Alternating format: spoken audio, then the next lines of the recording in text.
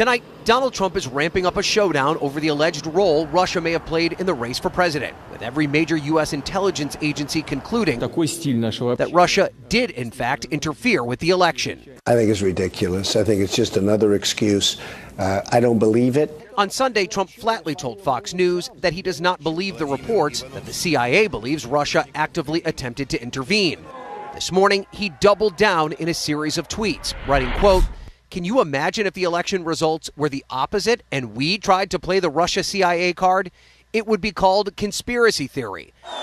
Trump also claiming that the accusations of Russian interference never came up during the election, which it did, and that hackers weren't caught in the act, which they were.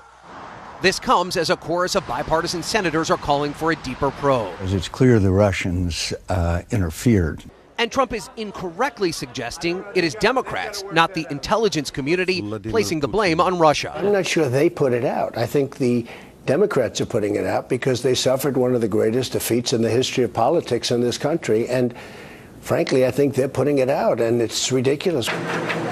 Which entirely misses the problem of a foreign entity attempting to undermine the integrity of the U.S. election, and makes any potential investigation challenging if Trump remains opposed to the effort once he takes office. But the Senate's most powerful Republican is also pushing back, arguing that the intelligence is correct and an investigation is needed. I agree with Senator Schumer, Chairman McCain, Burr, and others.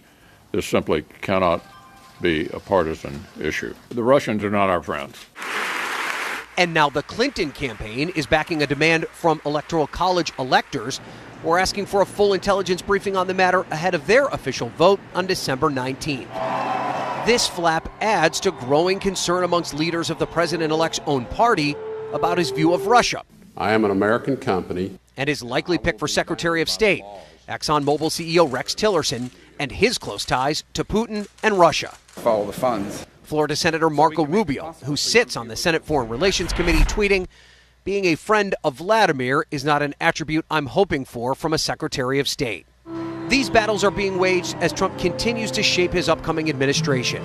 Making trips to Trump Tower today. Really cool stuff in his office. Former presidential candidate Carly Fiorina, former Congressman Alan West, and former Texas Governor Rick Perry, once a sharp critic of Trump, now considered as the next energy secretary, a department that as a presidential candidate he suggested be shut down.